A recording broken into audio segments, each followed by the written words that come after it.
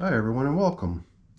I'm down here in my wormery preparing to try resetting the baits on my African nightcrawler systems where I've been using bread-soaked milk, and the system right over here has one of those bait stations from 2 days ago. I skipped a day. Didn't have a chance yesterday to check in on my African nightcrawler systems, but today I'm down here with a fresh load of bait to put in here. What you could see down there in the bait station is a little bit of the leftover bread that was, I guess, used last time 2 days ago. But I wanted to come back down here and really see how the mites are doing. Looks like the mites have come out in great numbers for the bread. I'm assuming it's for the bread, although I'm never sure if it's possibly for the cantaloupe. I'm going to shoot a little bit of footage of these guys moving around so I can get a better look at them. So let's get that started, and we'll better see what's happening here.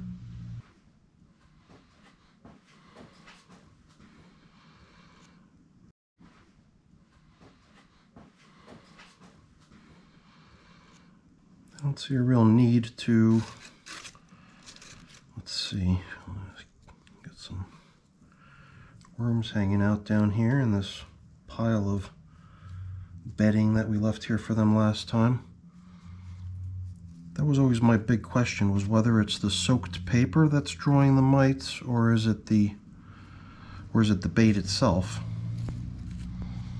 It almost does seem like this paper has a fair number of mites hanging all over it, almost enough to make me feel like trashing it along with what's on here. I mean, I was just going to throw these little bits of bread away and then rinse the rest of it down the sink, but I'm thinking of maybe trashing this piece of paper as well.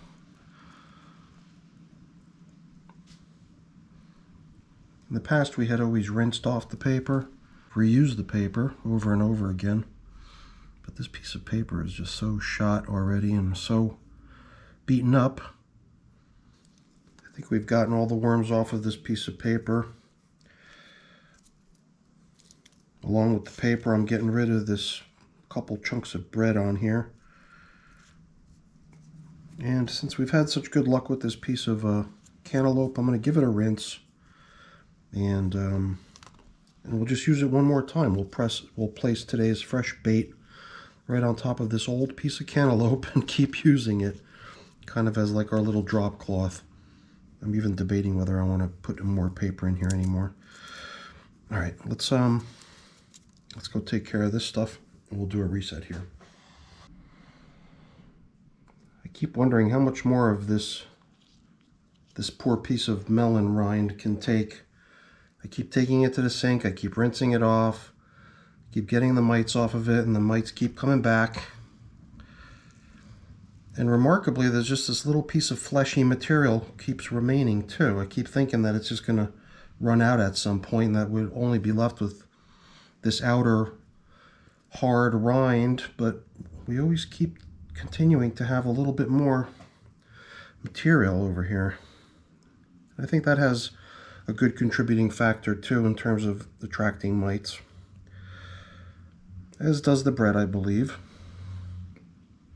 So we got one nice big chunk, a couple small little chunks, and we'll even drop in a little extra milk for good measure, not knowing what it is that's actually attracting these mites. But I think the bread is doing a good job. Kind of makes me wish I had done a little bit of close-up footage with the camera too, because that always shows the detail so nicely. Maybe we'll get my phone out and do a little close-up footage of that other bin's bait station before we disassemble it. Just because the camera on the phone does seem to have the ability to zoom in really nice and tight and provide a lot of really good detail. I am curious to see how that fast motion playback of the material looked. To me, it looked like there were a good number of mites hanging out there, so I think the ongoing baiting of the mites is a good thing to continue with here. So let's get to the other bin and check out how things look over there. You could bring over the older of the two systems, get it within view of our camera. Okay. So over here, it's very much the same setup. Not a lot of difference. One difference is, though, that plastic that I just removed. It's actually allowing for the recirculation of moisture in the entire system. So here we can definitely see a whole lot of mite action here. Yeah, let's switch over to time-lapse again and see if we can see a little bit better what's happening.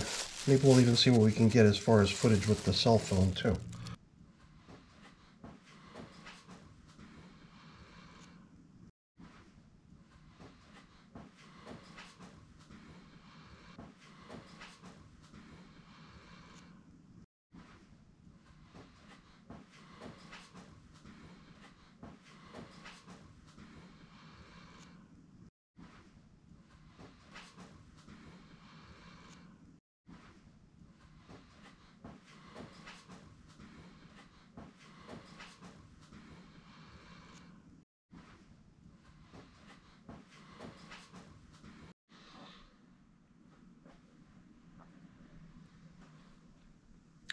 It is hard to tell. It'll be nice to see in the close-ups and on the time-lapse as to what's going on here.